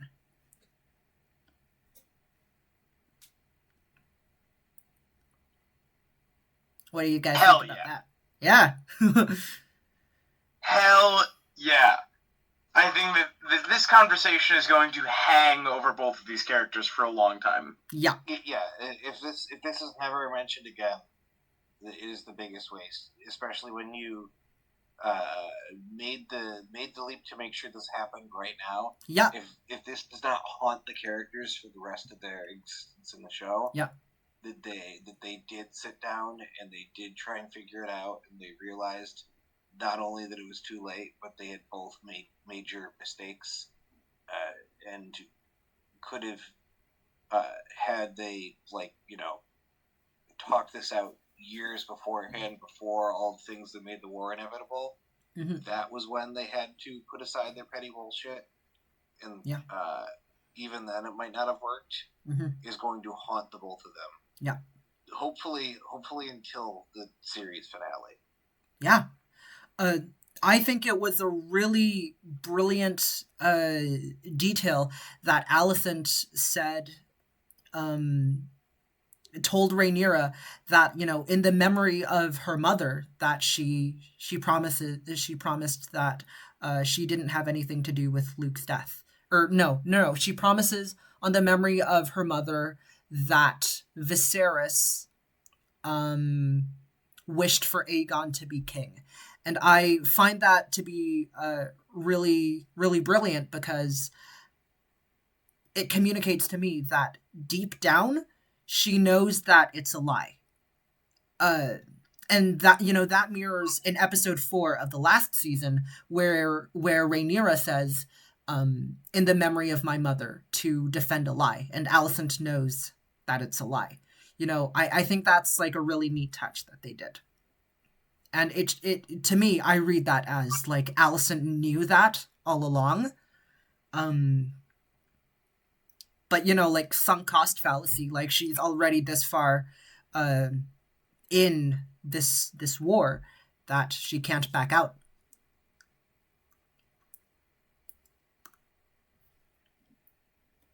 I think that is one of the principal themes of this episode. Yeah. Being understanding that there's no way back. Yeah. There's no way back for the Blackwoods. There's no way back for Helaena. There's no way back for the Cargills. Yeah. There's no way back for Daemon. There's no way back for Cole either. Yeah. Yeah, there's no way. Yep. There is. This was everyone really liked last week's episode. And I did too. I thought it was really good. But this is my kind of quiet episode. You know what this reminds me? This is the episode where the pieces move around the board and things get set, and you can feel tension starting to build in the air as this desperate as the last desperate strings holding on to hope for peace are cut one by one. Yeah. And I think, like, the final string just snapped. Because the only reason, like, Rhaenyra... Like, Alicent was basically, like, the last reason Rhaenyra had to be conservative with how she's gonna fight this war. Now that, like, all hope is lost between these two, I think it's going to be a dramatic shift for Rhaenyra the next episode.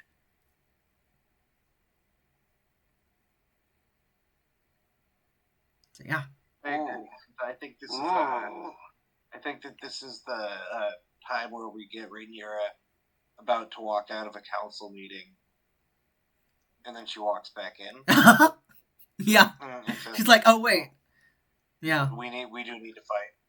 It's too late to kick the can down the road any further." Yeah. I think that the war, like a conflict, was inevitable by the end of season 1. Yeah. That the conflict would be an all-out war was guaranteed with today's episode. I think that the reality and repercussions of that fact are what the next parts of the show is going to be. It's going to be and the world you find after the war will be unrecognizable. Yeah. Hell yeah, well, you could call it a feast for crows. I was just about to say that. This episode reminds me a lot of A Feast for Crows in the way that it's showing you, like, the literal, like, repercussions of what war does and what conflict does to people. Mm-hmm. Yeah. Yep, and the only person we have this through is Daenerys in the main storyline. Daenerys is the only one who identifies the horrors of war before she starts one. Yeah. She chooses not to start a war because she's identified how horrible it will be, and she tries to find a way around. Mm-hmm. Though how successful that will be sort of remains to be seen. Yeah. In this one, all the characters involved, well, I say all the characters, most of the principal players in this story have identified how horrible it will be, and have identified that they can't fucking stop it. Yep. What a terrible, terrible thing. Yeah. That's what Helaena is, isn't it? Yeah, that's what Helena's going through. They have discovered the curse that Helaena has. Yeah. Ugh. Yeah. Ugh. Good stuff. Hell yeah. Oh my god, this show's absolutely spectacular. Yeah. Real good stuff. Do you guys have anything more to say about this scene? I thought that the final shot is again one of my favorites of all of the entire series. Yeah.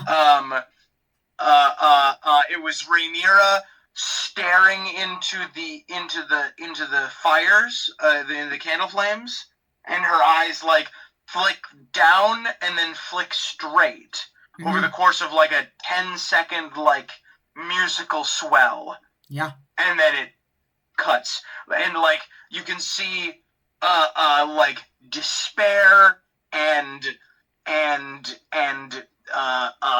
like the last vestiges of hope fading, anger, disappointment, all fluttering across her face. in just a spectacular. My God, Emma Darcy is so good. They are really good.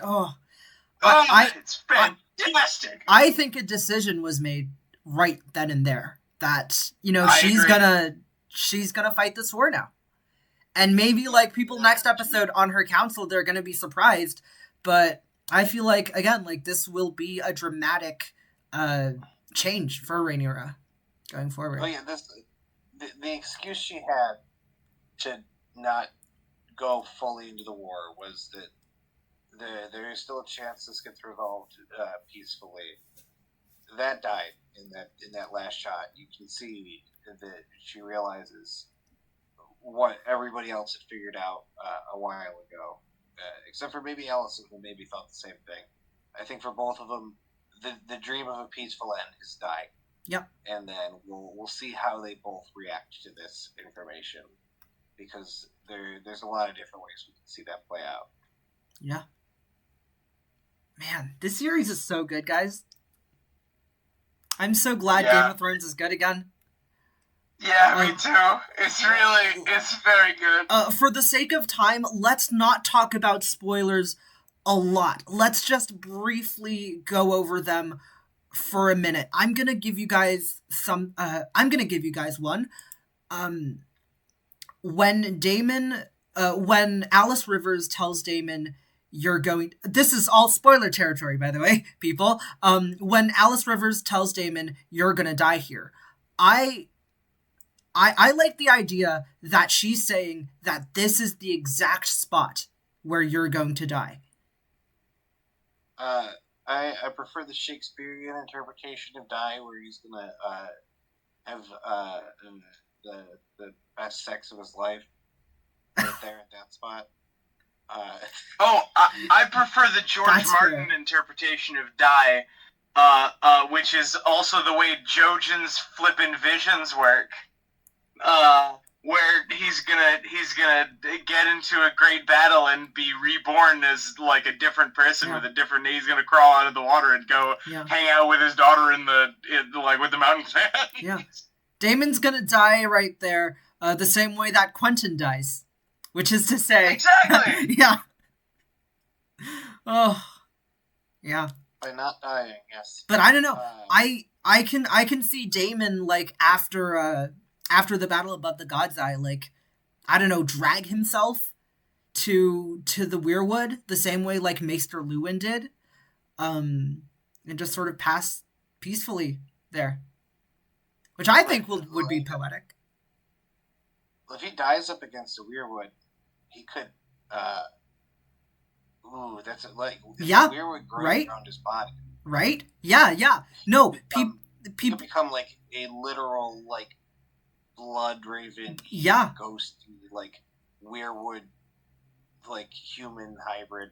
And then maybe the reason that Harrenhal is even extra cursed is because it has the wrathful ghost of Daemon there, or it has potentially the ghosts.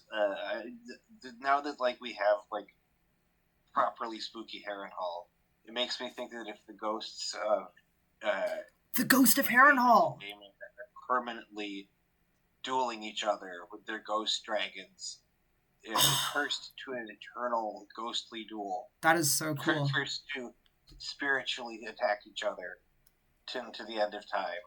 Feels like a fitting fate for both characters, actually. Okay, but hear me out. I like this take. Mm-hmm. Yeah. The ghost of Harrenhal is a big white direwolf.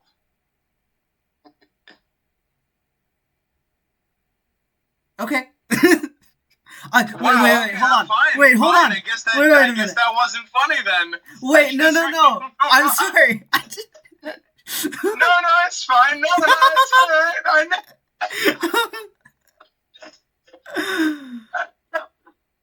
Sorry, I'm a little bit slow today. Apparently. Yeah. Oh my god, that was so funny.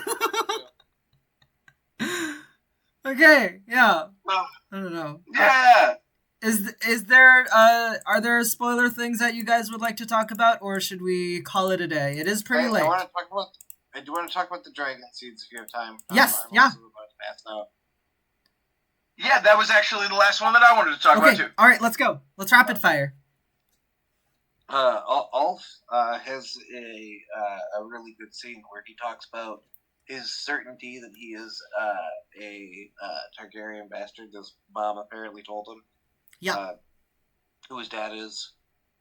He talks about Rhaenyra as if she's the true queen, and that he has a preference for her winning. And he face to face with Aegon in a wonderful little scene where he's out partying, and Ulf, the person we famously know as a drunken sot from the book, he doesn't. He appears like he is a fairly like consistent drinker, but from what we've seen of Ulf, he doesn't look like he's a complete drunken sot. It just seems like he, might go out and party a little bit, and that can be like a form of alcoholism, and that can be a form of problem drinking. The idea that this guy is like drunk enough that his pants are falling off when he's like flying a dragon does not seem to track. And then we've seen Hugh in the past few episodes, not this one, but the two previous. Yeah, he seems to be a pretty calm and rational dude with like a family life, and he seems to be fairly intelligent. And I mentioned like he is like almost like a proto middle class for King's Landing. That like distinction did not exist until well in the future of technological development, but he's doing okay for himself until they start not having food and his daughter's health starts to take a turn. It seems like, but he has a pretty nice house where he has a wife and kids, and he has a business or a guild that he works with that reports to the crown and can get a meeting with the king. Like, that is not the angry, pissed off random blacksmith that he was pitched as in the book either. So I think that these are two of the characters who are getting a lot of depth added to them, and it makes sense too why they're able to be great commanders and leaders, and why they're able to become the politically important chess pieces that they are. If they were legitimately interesting and compelling figures that were able to speak to the issues of mostly small folk who are in the armies, well, that would make a lot more sense. This guy who is great, powerful, and can ride a dragon is a small folk like me. Yeah. And he says the whole system's corrupt, and we should put someone like me on the throne. I now understand a lot better. And of course, I also understand why, from a political propaganda standpoint, you have to make them seem like they were the two dumbest thugs ever. You have to make them the wet bandits, essentially, to make it so that nobody admires these assholes, even though I think what we're going to see is they're highly likable people, maybe a little corrupted by power, but I think that they might be tapping into some of the same sentiment that later becomes the uprising we see in King's Landing. I feel like that's a very good point. Yeah. One of the reasons why Robert's rebellion worked, and I think it's a reason that people sort of overlook, is that Robert was, he was good at making friends, right? And not only that, but Ned Stark and Jon Arryn, they are pretty capable commanders, so that trio is really well balanced, and I feel like that the combination of Hugh and Ulf will be really well balanced as well, where Hugh is sort of the rational one that's capable of making good decisions, and Ulf would sort of be the person that people like and would like to go out to drink with. So yeah, good points. Yeah. Mm-hmm. Tom, do you have anything to add? No, Zach touched on most of my points. All right. I'm very. It also makes the Ulf and Hugh the ultimate team up of Al Gore and George W. Bush, the one who's smart and the one you'd have a beer with. So that was the argument people made back in 2000. So that's the perfect team to win 100% of the Electoral College of Westeros. Yeah. I do want to touch on the potential that they're brothers as well. I think is a non-zero possibility. Yeah, I feel like that'd be interesting. Yeah, I feel like Zach touched on a lot of my points. I'm very curious about the like historical revisionism that happened after Fire and Blood, and I think that after the Dance of the Dragons and then they went into the histories.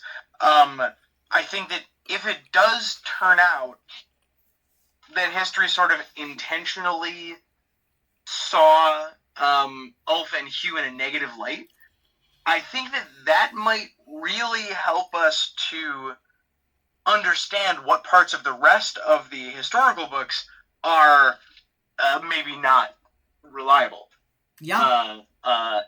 I'm thinking especially of things related to Egg and his, like, quote-unquote dealings with the small folk. Yeah. That's a really good point, yeah. Because the lords of Westeros, they hated Aegon the Fifth. So. Yeah. And if he is maligned as he's told he has a troubled rule, that his rule is ineffectual and that he is not a very good leader. But